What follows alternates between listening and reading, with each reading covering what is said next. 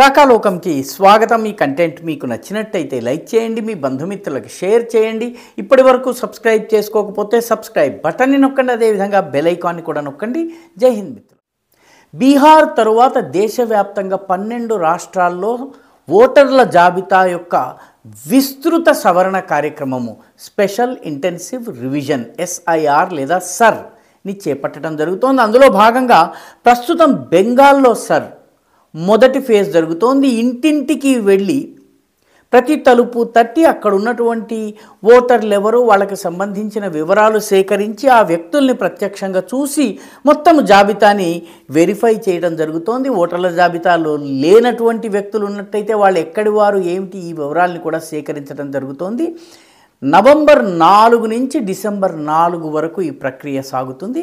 ఈ ప్రక్రియ జరిగిన తరువాత డిసెంబర్ 9వ తారీఖున ముసాయిదా జాబితాని ప్రకటించడం, దానిపైన అభ్యంతరాలు ఉన్నా లేకపోతే సవరణలు ఉన్నా కూడాను అప్లై చేసుకునే అవకాశం ఉంటుంది। ఆ తరువాత బెంగాల్ ఓటర్ల జాబితాని కూడా ఫైనల్ ఓటర్ల జాబితాని ప్రచురించడం జరుగుతుంది। దాని ఆధారంగా ఎన్నికలు జరుగుతాయి। నిజానికి ఇంతకు ముందు స్పెషల్ ఇంటెన్సివ్ రివిజన్ పశ్చిమ బెంగాల్లో 2002లో జరిగింది। 2002 ఓటర్ల జాబితా ప్రామాణికం। ఆ తర్వాత అంతా కూడాను పై సవరణలు మాత్రమే, ఎవరన్నా వెళ్ళి స్వయంగా అప్లై చేసుకున్నా లేకపోతే దరఖాస్తు చేసుకున్న వాళ్ళ పేర్లను తొలగించటము, మార్చటము లేకపోతే చేర్చటము జరిగింది తప్పితే స్పెషల్ ఇంటెన్సివ్ రివిజన్ 2002 తర్వాత మళ్ళీ 2025 నవంబర్ డిసెంబర్లోనే జరుగుతుంది। అయితే ఈ స్పెషల్ ఇంటెన్సివ్ రివిజన్ జరుగుతుంటే దీన్ని ఆపేందుకు మమతా బెనర్జీ విశ్వ ప్రయత్నాలు చేస్తోంది। న్యాయస్థానాలకు వెళ్ళింది, న్యాయస్థానాలు చీకొట్టిన తరువాత ఎన్నికల సంఘానికి అనుబంధంగా పనిచేసేటువంటి ప్రభుత్వ ఉద్యోగులు, ఎందుకంటే ఎన్నికల సంఘానికి సిబ్బంది అంటూ ఉండదు, ఆ రాష్ట్ర ప్రభుత్వ ఉద్యోగులే ఈ పనిని చేయాలి, వాళ్ళని బెదిరిస్తోంది। తరువాత మీరు ఈ రాష్ట్రంలోనే ఉండాలి, మా అధీనంలోనే ఉండాలి కాబట్టి జాగ్రత్త అని బెదిరిస్తోంది। చాలా చోట్ల బిఎల్ఓలు సరైనటువంటి జాబితాను అందించటంలో భయపడుతున్నారు। అయినప్పటికీ ఎన్నికల సంఘం చాలా దృఢంగా వ్యవహరిస్తోంది, కేంద్ర సంస్థలు చాలా దృఢంగా వ్యవహరిస్తున్నాయి। భద్రతా దళాల మధ్య ఈ స్పెషల్ ఇంటెన్సివ్ రివిజన్ ప్రస్తుతం జరుగుతోంది। దీంతో బంగ్లాదేశీ చొరబాటుదారులు ఎవరైతే పశ్చిమ బెంగాల్లో నివసిస్తున్నారో వీళ్ళలో కలకలం ప్రారంభమైంది। ఎటువంటి పత్రాలు లేకుండా, ఎటువంటి ఆధారాలు లేకుండా అక్రమంగా ఈ దేశంలోకి చొరబడి ఇక్కడి జనాభాలో కలిసిపోయి ఆ తరువాత ఇక్కడ ఉన్నటువంటి రాజకీయ నాయకులు సమకూర్చినటువంటి రేషన్ కార్డులు, ఆధార్ కార్డులు, చాలా సందర్భాల్లో ఓటర్ కార్డులు, ఇంకొన్ని సందర్భాల్లో పాస్పోర్టులు కూడా చేయించుకుని వీళ్ళు అక్కడి నుంచి హైదరాబాద్కో ముంబైకో వచ్చి అటు నుంచి విదేశాలకు వెళ్ళిపోవడము, లేదా ఈ దేశంలోనే వేర్వేరు స్థలాల్లో జనాభా యొక్క సంతులనాన్ని చెడగొట్టడం।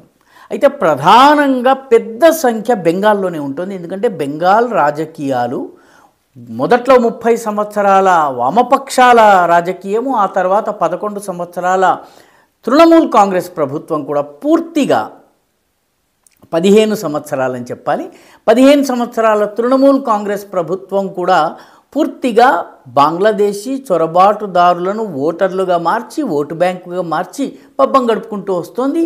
ఈ సర్ తోటి ఇప్పుడు ఆ ఓటర్ల వర్గంలో కలకలం చెలరేగింది। చాలామంది సరిహద్దు ప్రాంతంలో మళ్ళీ బంగ్లాదేశ్లోకి వెళ్ళిపోవడం కోసం క్యూలు కడుతున్నారు, అక్కడ ఉన్నటువంటి ఏజెంట్లకు డబ్బులు ఇస్తున్నారు, ఏదో రకంగా బంగ్లాదేశ్కి వెళ్ళి బతుకు జీవుడా అనిపించుకోవాలని చెప్పి ప్రయత్నం చేస్తున్నారు। కొన్ని వీడియోలు కూడా బయటకు వస్తున్నాయి, ఎందుకంటే కనీసము బంగ్లాదేశీలు 10-12 సంవత్సరాలుగా ఉన్నటువంటి వాళ్ళు కూడా ఉన్నారు।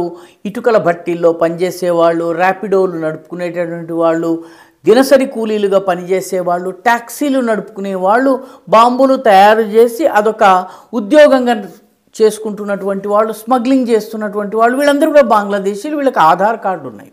ప్రధానంగా వీళ్ళందరూ కూడా 24 పరగణ జిల్లా కేంద్రంగా పనిచేస్తున్నారు।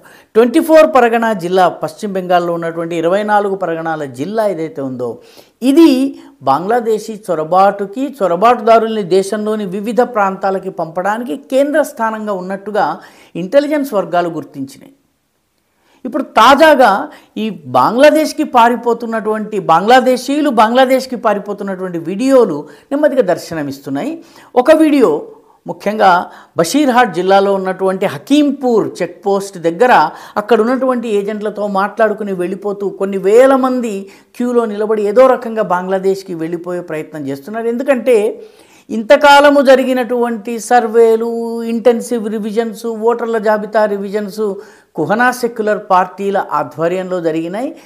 ఎవరు కూడా దాన్ని సీరియస్గా తీసుకోలేదు. ఇప్పుడున్నటువంటి ప్రభుత్వము చాలా దృఢంగా, చాలా విస్పష్టంగా వ్యవహరిస్తోంది కాబట్టి వీళ్ళు వెళ్ళిపోవడానికి ప్రయత్నం చేస్తున్నారు. మరొక రెండవ వీడియో ఉంది. 300 మంది మహిళలు బంగ్లాదేశ్కి వెళ్ళిపోయేందుకు క్యూలు కడుతున్నటువంటి వీడియో అది. ఆ వీడియో కూడాను సోషల్ మీడియాలో చక్కర్లు చేస్తోంది. ఆ మహిళల్ని గనక ప్రశ్నించినట్టయితే వాళ్ళందరూ చెప్తున్నది ఏంటంటే, మేము బంగ్లాదేశ్లో ఉన్నటువంటి సాత్ఖిరా అనేటటువంటి తాలూకా నుంచి వచ్చామని చెప్పి చెప్తున్నారు. సాత్ఖిరాకు చెందినటువంటి వాళ్ళము, అక్కడి నుంచి బంగ్లాదేశ్కి వచ్చాము, ఇక్కడికి రప్పిస్తే మేము వచ్చాము, ఇప్పుడు ఇక్కడ పరిస్థితులు బాగాలేవు కాబట్టి మేము మళ్ళీ వెళ్ళిపోతున్నాము. మూడవ వీడియో కూడాను ఈ రకమైంది, చాలా సర్క్యులేట్ అవుతోంది. 24 పరగనా జిల్లాలో ఉన్నటువంటి స్వరూప్ నగర్ ప్రాంతంలో వందలాది మంది బంగ్లాదేశీయులు బంగ్లాదేశ్కి వెళ్ళిపోవడానికి సిద్ధమై ఉన్నటువంటి వీడియోలు ఇప్పుడు దర్శనమిస్తున్నాయి. మొత్తం మీద ఇవన్నీ చూస్తున్నట్టయితే సర్ పని చేస్తోంది. స్పెషల్ ఇంటెన్సివ్ రివిజన్ బీహార్లో ఏ రకంగా బంగ్లాదేశీ చొరబాటుదారులను, రోహింగ్యాలను, నేపాలీ చొరబాటుదారులను గుర్తించి ఏరివేయడంలో, ఓటర్ల జాబితాను శుద్ధీకరించడంలో కీలక పాత్ర వహించిందో అదేవిధంగా బెంగాల్లో కూడా జరుగుతోంది.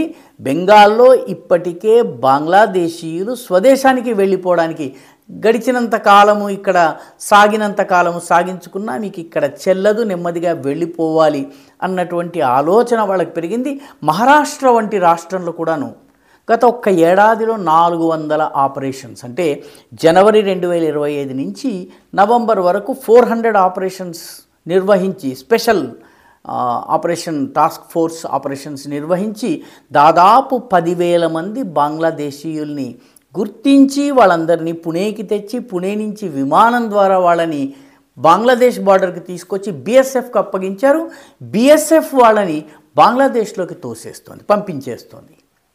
ఈ రకంగా స్పెషల్ ఇంటెన్సివ్ రివిజన్ పేరిట దేశవ్యాప్తంగా బంగ్లాదేశీయులు, రోహింగ్యాల ఏరివేత, గుర్తింపు, అదేవిధంగా వాళ్ళని ఈ దేశం నుంచి వాళ్ళ దేశానికి తరలించేయటం ఇది ప్రారంభమైంది. కుహనా సెక్యులర్ శక్తులకు ఇది చాలా ఇబ్బంది కలిగిస్తోంది. ఇన్నాళ్ళు మూట కట్టుకున్నటువంటి తమ ఓటు బ్యాంకులు నీళ్లలో ఉప్పు మూటల్లాగా కరిగిపోతుంటే పాపం చూసి ఓర్చుకోలేకపోతున్నాయి. చాలా ఇబ్బంది పడుతుంది. బీహార్ లాంటి ఎన్నికల ఫలితం ఏమైనా బెంగాల్లో కూడా వస్తుందా అన్నటువంటి భయాందోళనలు వాళ్ళని వేధిస్తున్నాయి.